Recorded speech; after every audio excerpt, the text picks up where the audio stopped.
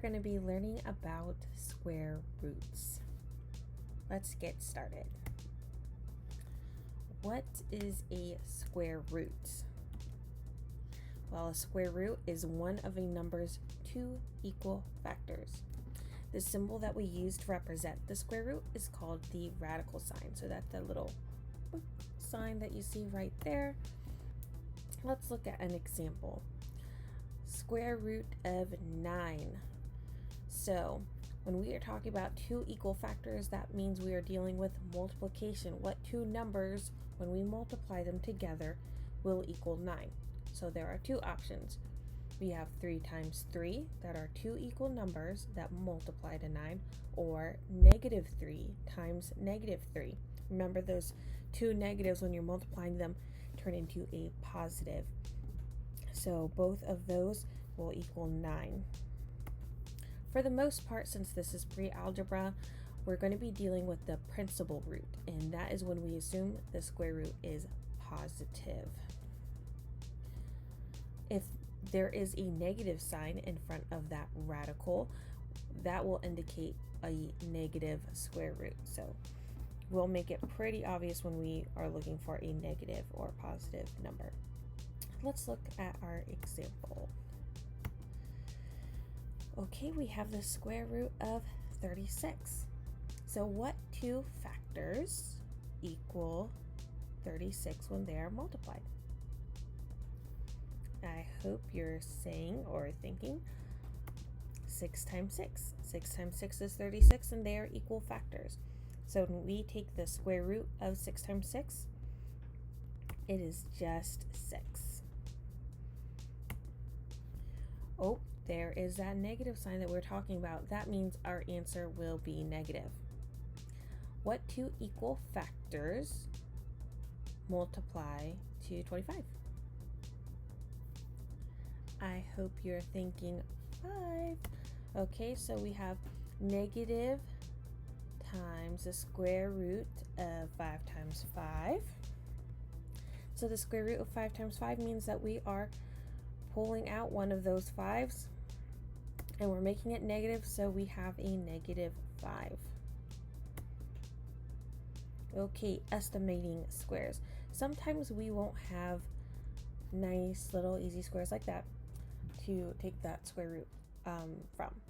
So we're going to learn how to estimate it if we don't really know what it is. So here's an example of the square root of 32. Okay, we don't know what two equal factors. It's probably going to be some sort of crazy decimal, but we can estimate it for sure.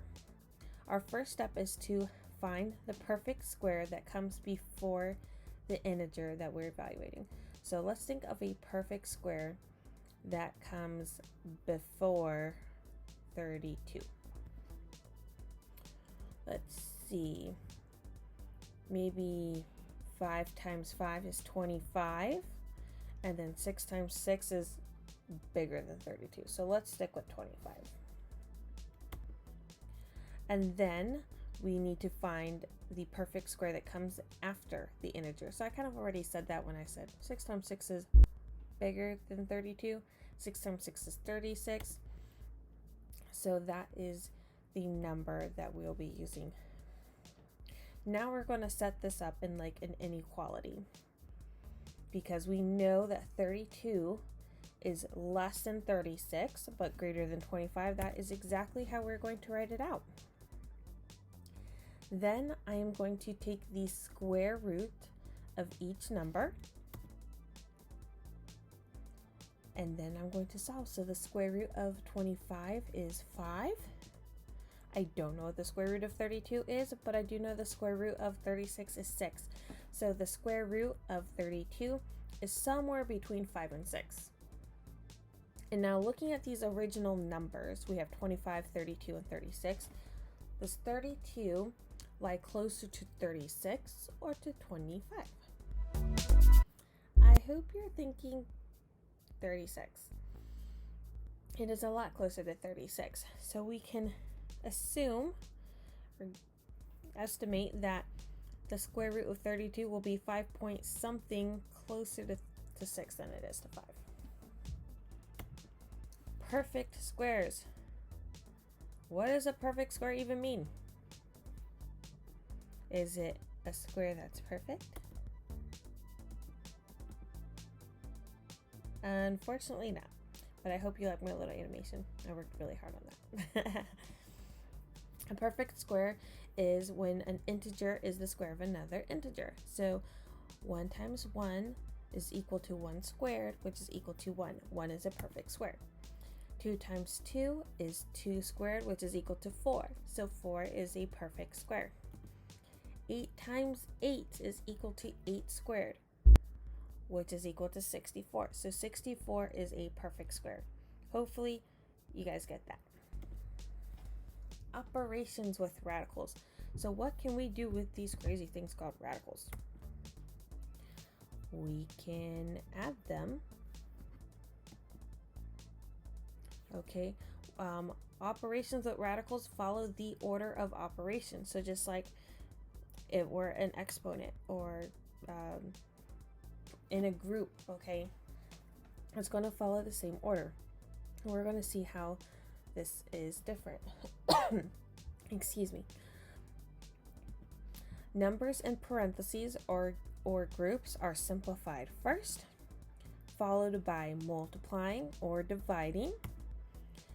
Finally, we can add or subtract.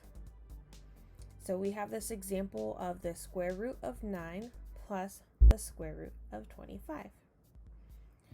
Using the order of operations, I see that I need to, and I'm going to treat my radical like I would an exponent, I need to solve my square roots first.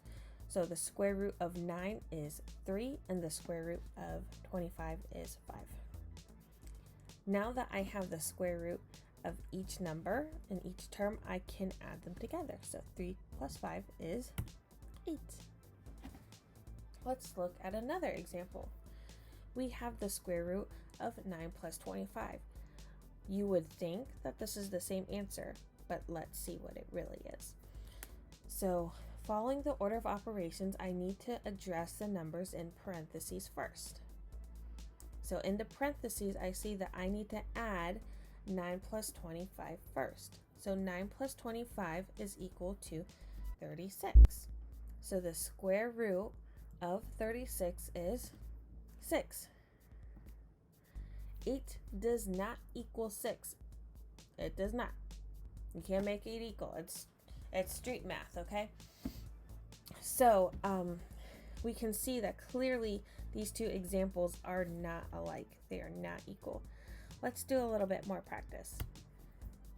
Number 1, the square root of 400. So in order to make things a little easier for you, I do recommend memorizing perfect squares up to 400, which is not as hard as it sounds.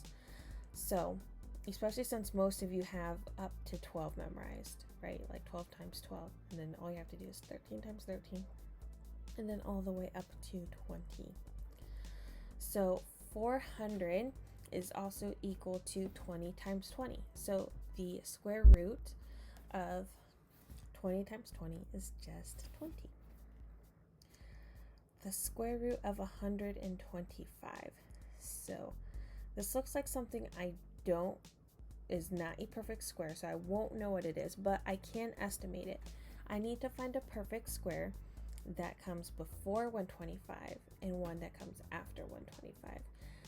So you can pause the video if you'd like and take a minute to think about it, play when you're ready, but the perfect square that comes before 125 is 121, and the perfect square that comes after is 144.